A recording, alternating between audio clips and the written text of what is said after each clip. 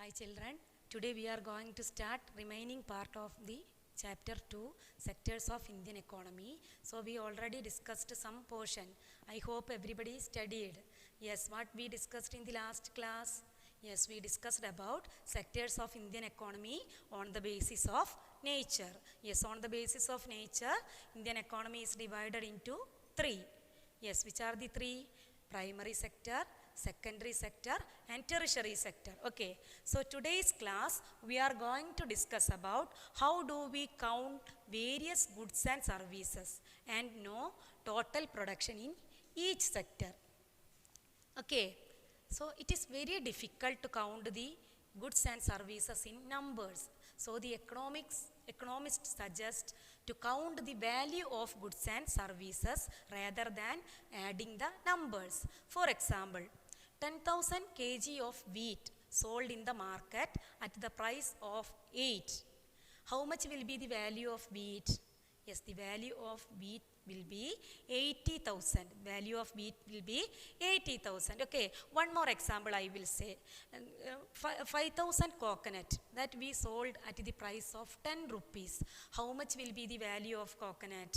Yes, it is 50,000. 50,000 will be the value of coconut. So we can calculate, we can count the value of goods and services in different sectors. So we have to take one precaution. That means we have to count the value of goods and services. It means we have to count the value of final goods and service. For example, a farmer sell the wheat to a flour mill that in the amount of 8 rupees. A farmer sell the wheat to the flour mill at the price of 8 rupees. Okay, then what will do in the flour mill? Yes, they will grind the wheat and make wheat flour, isn't it? Then this wheat mill sell this wheat flour to the biscuit company. Okay, then what the biscuit companies do? Yes, biscuit companies use this wheat and make what?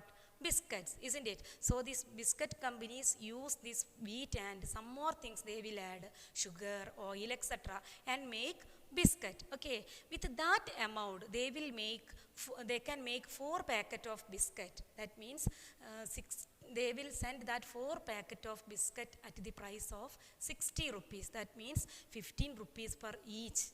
Okay, so we are adding the value of the biscuit, isn't it? That means biscuit is the final good. Final good means what? Final good means the good that we get. That means we get means the consumers get. We are the consumers, isn't it? We are buying that biscuit. So final good biscuit is the final good that we get. Okay, why we call biscuit as final good? Yes, it is made up of many other goods. That means to make a biscuit, what are the things we needed? We need wheat, yes, oil, isn't it? Sugar, many things we needed. So these goods are called intermediate goods. Intermediate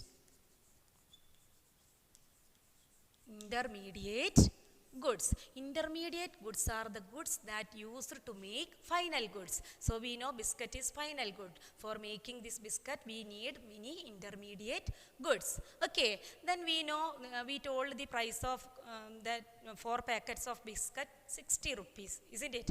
So we know when we add the value of biscuit, we will add the value of wheat 8 rupees and other intermediate goods also. So the total amount will be 60. The total that all value will be added in that 60 rupees. Understood? So this is the way we are calculating the value of goods and services.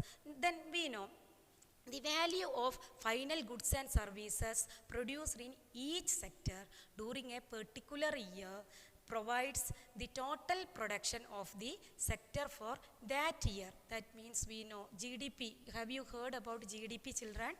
What is GDP? GDP means gross domestic product. Gross domestic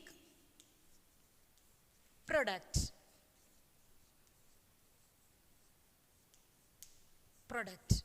Gross domestic product. It means it is the sum of all the production in 3 sectors are called gross domestic product. That means it is the final value of goods and services.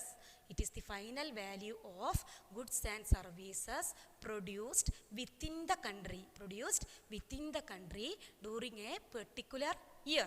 Understood? So what is gross domestic product? From the word domestic itself we can understand it is inside the country. Okay, gross domestic product means it is the final goods and services.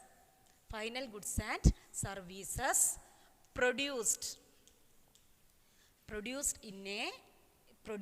within the country. Produced within the country. Produced within the country during a particular year. Okay, in India, the measuring GDP is undertaken by central government. I hope everybody understood how to count the goods and services in the 3 sectors. Okay, so next we can take next topic. Okay, so our next topic is about historical changes in the sectors. Historical changes.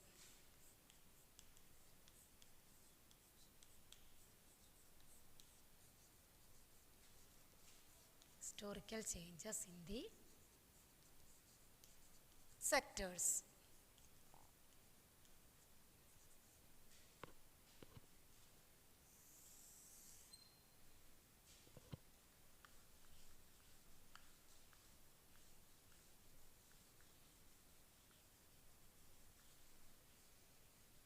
Yes, historical changes in the sectors. So there are many changes happened in the 3 sectors.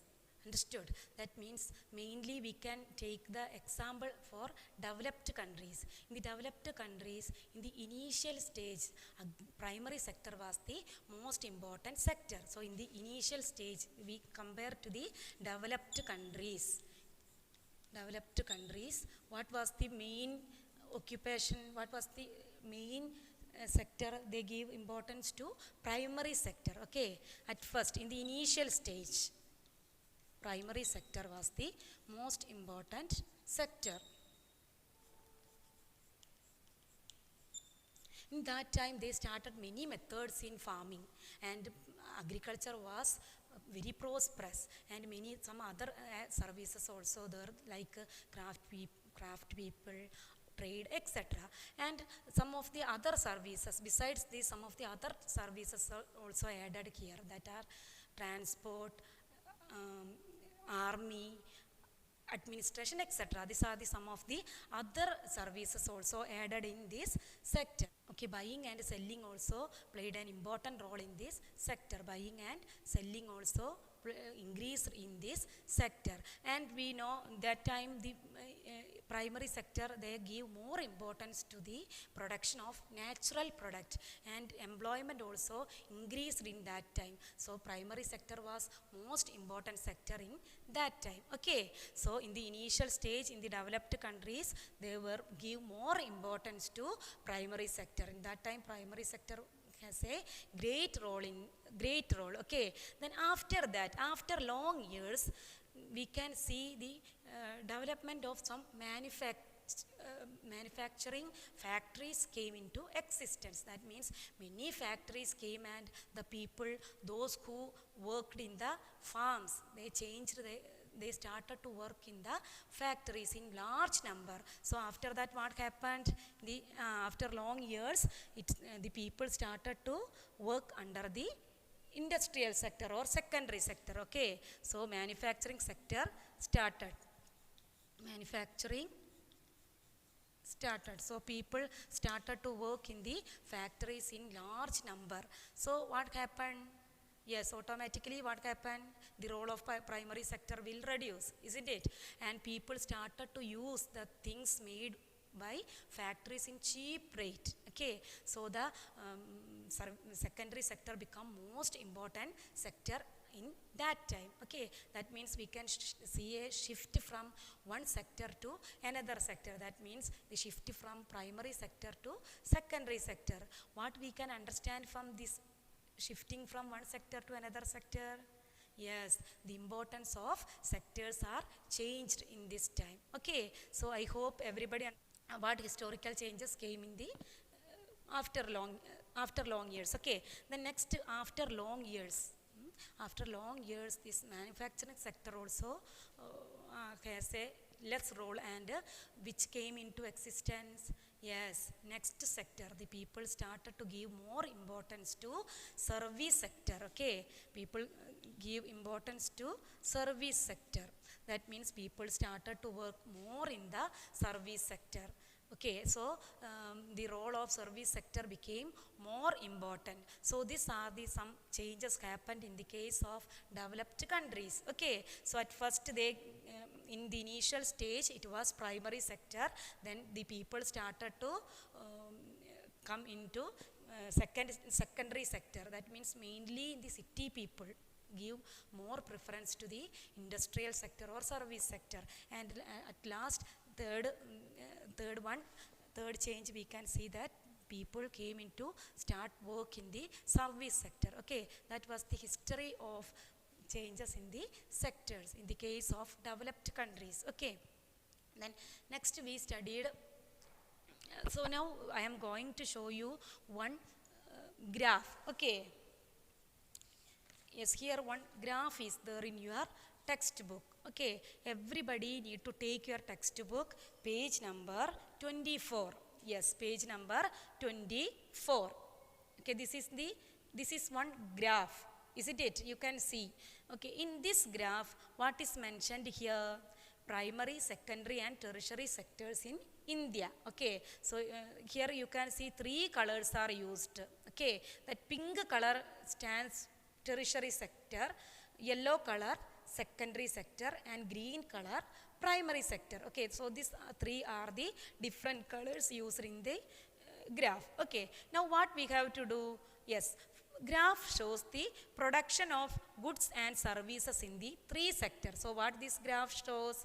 Production of goods and services in these three sectors. Okay, this is shown for 2 years. That means in 1970, 71 and 2010-11 we can find the difference between the production in three sectors, that in 1970, 71 to 2010-11. Okay, so you can see how the total production has grown over the 40 years. Okay, here some questions are there. I am going to read the question. Okay, you have to think how the answer will get. Okay, so first question.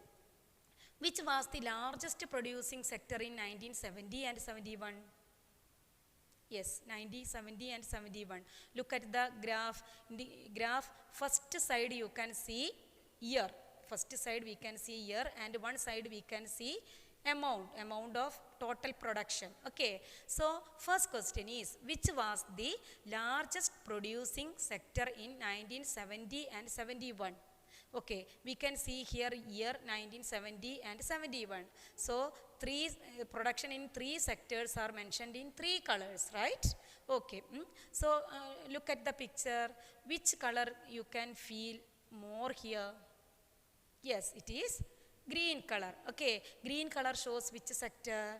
Yes, it is primary sector. It is primary sector. So which was the largest producing sector in 1970-71?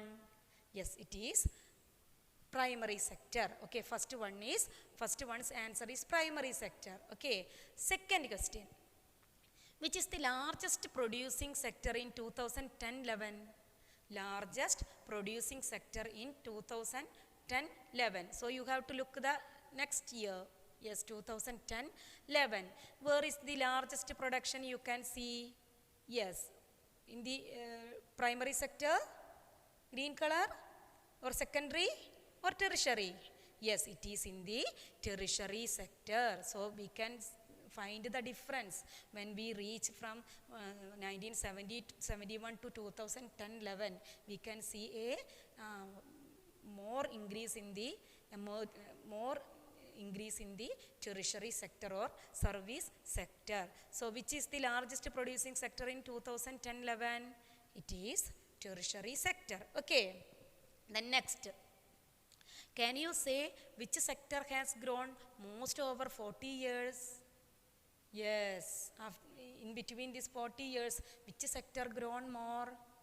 Yes, it is tertiary sector. We can see a rapid growth in the tertiary sector or service sector. Okay, the next question. What was the GDP of India in 2011? What was the GDP of India in 2011? It was 1.82 lakh crores. It was 1.82 lakh crores in 2011. I think everybody understood about this graph. Okay, so next we are going to discuss about how the why this sector, this third sector, what is the third sector? Tertiary sector, it emerged, how it, how rising importance of the tertiary sector in production. Why? What was the reason? There are many reasons are there for emerging this service sector that now we are going to discuss. Okay.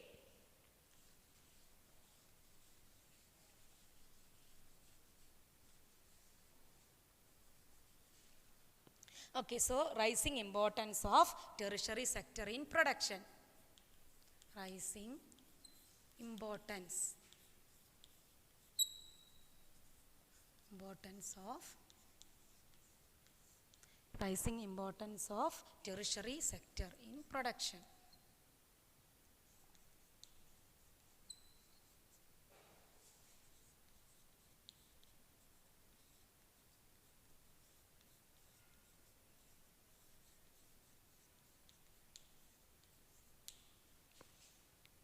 Okay, so we already discussed in the graph in between 1970-71 and 2010-11 there was a great change, there was a great development came in the case of tertiary sector, isn't it? So we know in between that 14 years it happened. So tertiary sector become more important and more emerging sector in the production and services. It replaced the primary sector. There are many reasons for that. Okay, so we will discuss the reason how this tertiary sector become more emerging sector. Okay, so first reason, there are many countries, they have some certain services like transport, communication, health, insurance, defense, banks, etc. These all are considered as some required. These all are required. So these all are considered as basic services, isn't it? So the government played a great role in for providing some provinces for these requirements. Understood? So for example, we know if government is giving support, then any sector will improve, isn't it? So example, if it is giving more importance to primary sector, then definitely primary sector will improve. Example, we can say now we are facing a problem. What is the problem? Recently it happened, we are facing this problem. Yes, it is one disease. What is that? Is coronavirus. So we know the government is not giving any importance and giving no support for the people, those who are working behind this eradication of this disease. Then what happened? Yes, they will not actively participate in this process, isn't it? So government support is important. So the government is giving support in any sector, then that sector will improve. So the government is started to give more support to this kind of services. So this sector become more emerged sector. Understood? That was the first reason. Okay. Then second reason, we know agriculture and industry developed. When the agriculture and industry developed, what happened?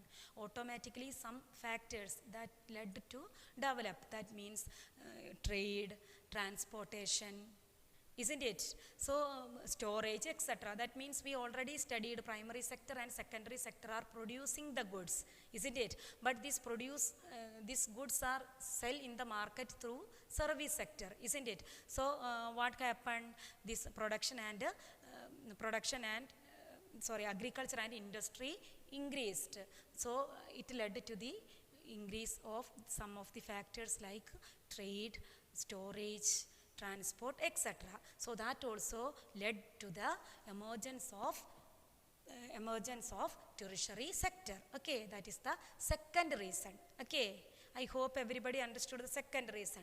Now we are going to discuss about third reason for the emergence of the service sector. Okay, then we know many people get more money, isn't it? That means the income level increases. Some people started to demand private school, private hospitals, then going out for food, tourism, understood, etc. So mainly these are done by the people in cities. That means the people in cities means mainly in big cities. So that also caused to the emergence of service sector. We know this all private schools, all private related with all, this all are related with the tertiary sector, isn't it? So that all developed. Okay, so that all caused to the emergence of service sector or tertiary sector. Then there are one more reason for the development or emergence of this service sector. Okay, that was, we know in nowadays we know there are different types of services, new services started related with information technology. For example, internet cafe, ATM booth, isn't it? Call centers.